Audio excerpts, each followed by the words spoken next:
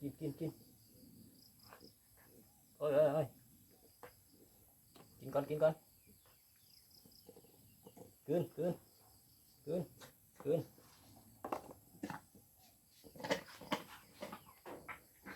วักมาวัก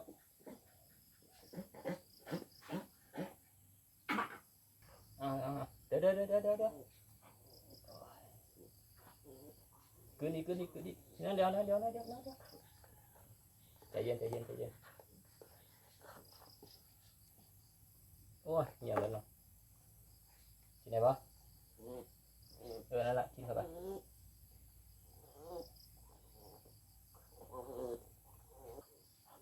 อันนี้นี่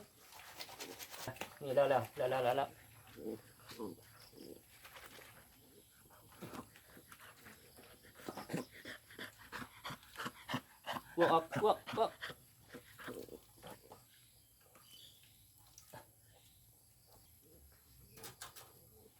กินยาเด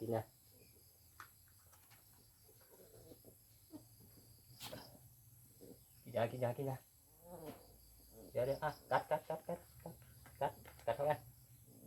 ไปหงายท้องสั่นโอเคหงายท้องกินยาก่อนปั๊บโอเคเดี๋ยวโอ้ยเหี่ยวหมดเลย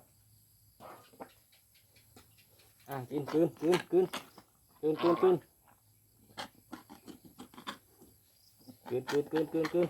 วักออก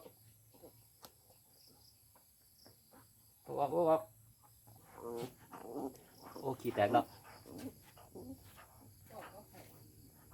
โอ้มาถึงเบียร์มาหน่อยถึงเบียร์อยู่นี่เพื่อนเศร้าอยู่จังไดนี่เอา2 หน่วยหรอเอาใครต้องเอายานั่งใส่หรอนี่ปั๊ดใช้2 หน่วยแล้วนะครับมันห่างกับไปกำลังขี่มันเกี่ยวเป็นบ่ผมบ่ขี่ก็ห่างเกี่ยวบ่สั่นมันก็สิตายแข็งเหมือนเลยดินี่ขามันติ่งบ่ได้ขามันแข็งหรอเกี่ยงมันเลี้ยวมันก็ยังสั่นเลี้ยวแล้วผมข่อยก็เคยไปเบิ่งแต่ช่วงมันกินขี้ยางเนาะกินยาข่อยบ่เคยจะเคลียร์เอาเท่เนี่ย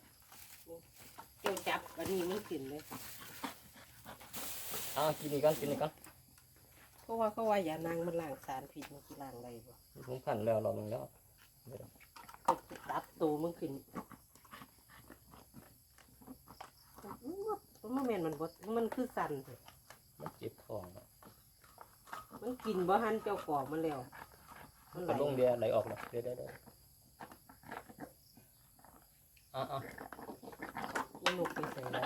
มันต้องจับมันหงายขึ้นจับมันหงายเจ้าขาหนีมันไว้แล้วก็เจ้าอีเลยมันห่าวก่อนเขาได้สิครับ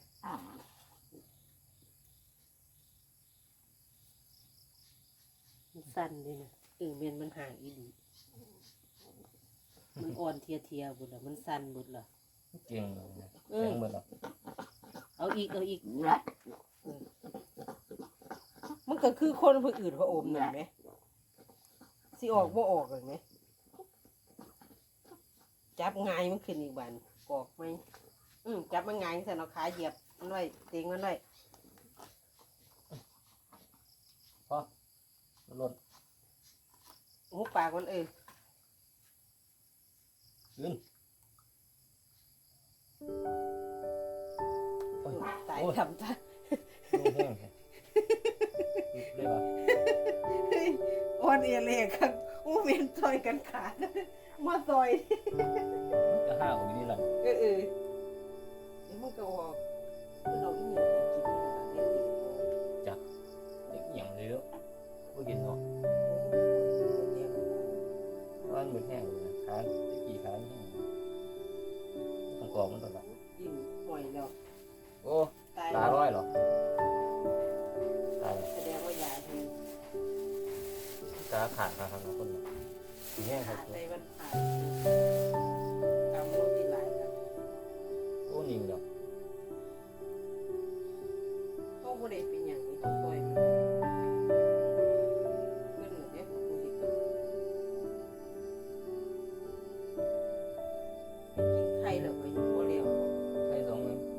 อนมันอันนี้แล้วไอ้ขาหลังมันยางไม่ได้หรอก ตายแล้ว เห็น ตายแล้ว มันตายดอกตอนหรอก นั่นเหลียวลบแบบนี้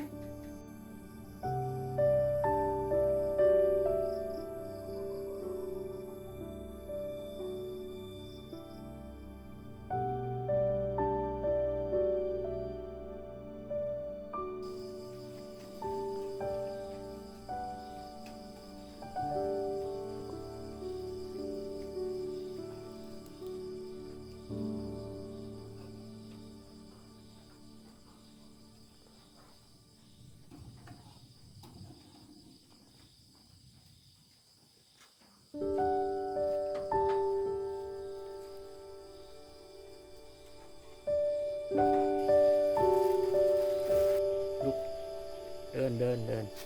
โอเคเดินได้แล้วโอ้กิ้งแถงกิ้งเหรอวะฮะยังได้แล้วกระดิกหางได้แล้วเฮ้ยกระดิกหางพอดีไปพอดีได้ปะพอดีแดงพอดีโอ้ดีได้แล้วน้ำมองมื้ออื่นให้กินข้าวช่วงนี้อดอาหารนะพักลำไส้นะพักลำไส้นะไปนอนไปมาเบิ้งซื่อๆหรอกหลังจากที่ช่วยชีวิตไปก็ถือว่ารอดนะฮะเดี๋ยวรอดูพรุ่งนี้เช้าอีกรอบหนึ่งว่าจะเป็นยังไงครับเจ้าหู้ครับอันนี้เจ้าหู้สวัสดีราตรีสวัสดิ์ไปนอนไปนอนเด้อไปนอนซะเด้อ